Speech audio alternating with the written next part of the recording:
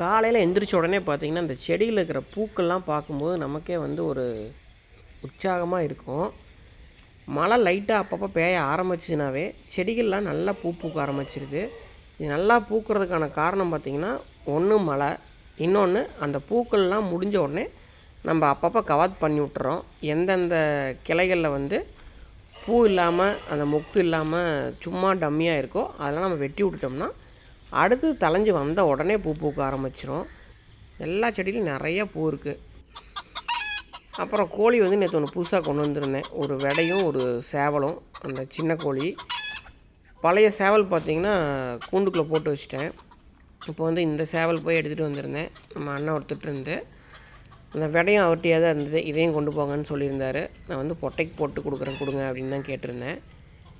நல்லா சுறுசுறுப்பாக இருந்தது. அதனால் சரி இதை நம்ம எடுத்துகிட்டு போய் கோழிக்கு போட்டு கொடுக்கலாம் அப்படின்ட்டு பிடிச்சிட்டு வந்துட்டேன். அந்த ஒயிட்டு வெடையோட போன பேட்ச் குஞ்சு எல்லாமே நம்ம கொடுத்தாச்சு. இந்த பேட்ச் வந்து அது முட்டைக்கு வந்துருச்சு. அதனால தான் வந்து நான் சேவல் பிடிச்சிட்டு வந்திருந்தேன். அது இல்லாமல் பார்த்திங்கன்னா இன்னொரு பேட்ச் வந்து குஞ்சுகள் இருக்குது. அது வந்து நம்ம சேல் பண்ணுறதில்ல. இனிமேல் வரக்கூடிய குஞ்சுகள் தான் கொடுக்க போகிறோம். அதில் வந்து 3 குஞ்சு தான் இருக்குது. அதில் எது சேவல் வெடை அப்படின்னு நமக்கு தெரியல. வெடை குஞ்சு நிறுத்திட்டு சேவல் வேணால் கொடுத்துருவோம். வெவ்வேறு சேவல் போட்டு ஒரு 4-5 வெடை வந்து நல்லதாக நிறுத்திட்டோம்னா தான் எப்பயுமே நம்மக்கிட்ட அழியாமல் இருக்கும். திடீர்னு ஏதாவது நோய் வந்து சளி பிடிச்சிது அப்படின்னா டக்குன்னு காலியாயிரும். இந்த வெடையோட குஞ்சு தான் ஒரு 3 குஞ்சு இருக்குது. ஆனால் இது வந்து இப்போதைக்கு விற்பனைக்காக இல்லை. அது எல்லாத்தையும் பார்த்துட்டு மாடு கட்டியிருக்கிற இடத்துக்கு வந்தேன். நம்ம கட்டுத்தரைக்கு பின்னாடி காட்டுக்குள்ளே கட்டியிருப்போம். அந்த இடத்துக்கு வந்து வாங்கிட்டு வந்த மாடு அங்கே தான் கட்டியிருக்கு. அந்த மாடு பார்த்திங்கன்னா ஒழுங்காக தீவனம் எடுக்கல, கொஞ்சம் மாடு இழைச்சிருச்சு அப்படின்னு சொல்லியிருந்தேன்.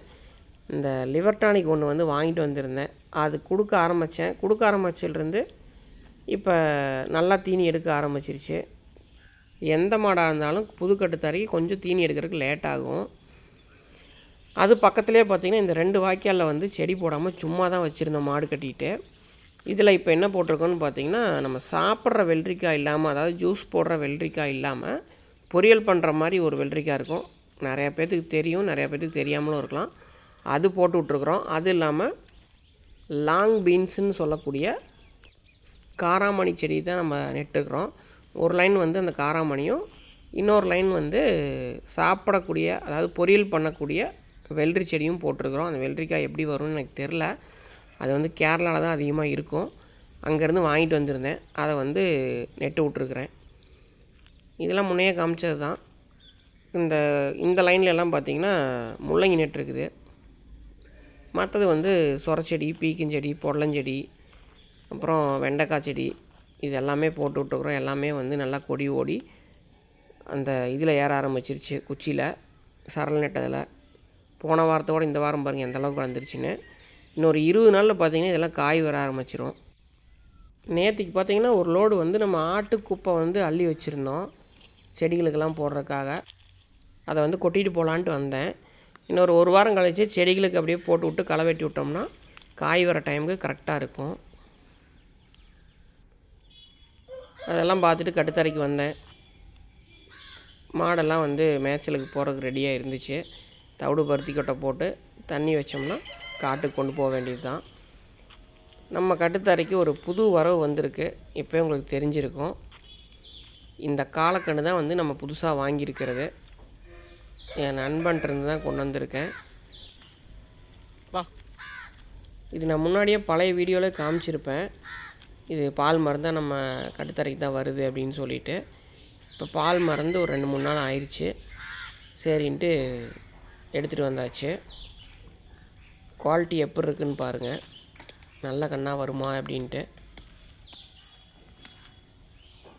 இது வந்து கன்று போட்டப்போருந்தே வந்து நான் முடிவு பண்ணிட்டேன்.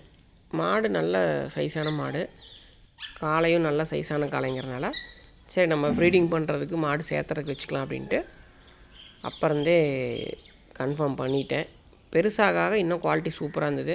சரி எடுத்துகிட்டு வந்துக்கலான்ட்டு ஒரு 2 நாளுக்கு முன்னாடி போய் நம்ம எடுத்துகிட்டு வந்தாச்சு.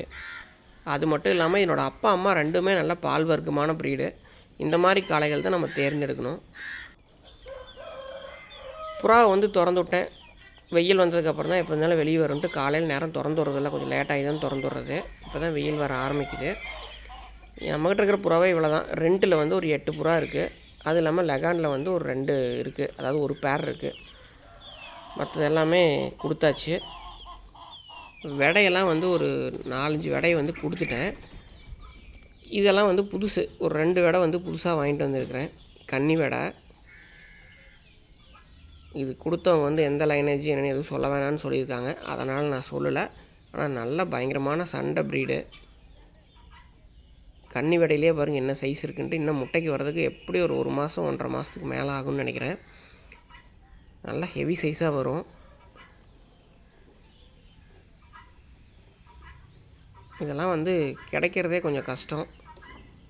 இது வந்து ரொம்ப ஃபோர்ஸ் பண்ணி நம்ம கிட்டத்தட்ட ஒரு 2 வருஷமாக கேட்டு இப்போ தான் கொடுத்துருக்காங்க. அதுக்கப்புறம் ஆட்டு செட்டுக்கு வந்தேன். காலையிலேயே வந்து நம்ம காட்டில் வேலை செய்கிற தம்பி பால் கறந்துட்டு ஆடுகளுக்கெல்லாம் தீவனத்தை போட்டு விட்டாப்புல. இருந்தாலும் நான் ட்ரை ஃபீடு ஏதாவது கொடுப்பேன் அப்படின்னு சொல்லி இந்த 2 குட்டி கடா இதெல்லாமே பார்க்குது. தாயாடுக்கு பார்த்திங்கன்னா ஒரே ஒரு தாயாடு தான் இப்போதைக்கு பால் கொடுத்துட்ருக்கு. அதுக்கு மட்டும் அதே ஃபீடு வந்து நம்ம கொடுப்போம். மக்காச்சோளம் கொஞ்சோண்டு மிக்ஸ் பண்ணி கொடுக்குறது. நம்ம அசோலா பார்த்துட்டு விளாண்டு போனேன். அந்த டைம் பார்த்து நாட்டு வாத்து 2 சுற்றிட்டு இருந்துச்சு. இது 2 மட்டும்தான் இருக்குது. டோட்டலாக எல்லா வாத்துமே கொடுத்தாச்சு. அதுக்கப்புறம் அசோலாவை வந்து ஒரு களைச்சி விட்டு தண்ணி விட்டு போகலாம் அப்படிங்கிறதுக்காக வந்திருந்தோம். பழைய வீடியோவில் பார்த்துருந்திங்கன்னா எல்லாமே நோய் வந்து அப்படியே செத்து போய் ஒன்றுமே இல்லாமல் காஞ்சிருந்தது. நம்ம வேறு எங்கேயுமே விதை வாங்கி போடல, இருந்ததையே வந்து நம்ம ரெடி பண்ணிட்டோம். அந்த தண்ணியெல்லாம் எடுத்துகிட்டு மண் கொஞ்சம் கொட்டி விட்டு சாணி கரைச்சி ஊற்றி அதையே ரெடி பண்ணியாச்சு. அதாவது ரொம்ப வழியாக தண்ணி விடாமல் அந்த மண் மட்டத்துக்கு மட்டும் வச்சுருந்தோம். அதுலேயே வந்து அப்படியே வேர் பிடிச்சி தலைய ஆரம்பிச்சிது. அதுக்கப்புறம் அப்படியே கொஞ்சம் கொஞ்சமாக புது தண்ணி விட்டு கரெக்ட் பண்ணியாச்சு. அவ்வளோதான் நண்பர்களே இந்த வீடியோ. நன்றி.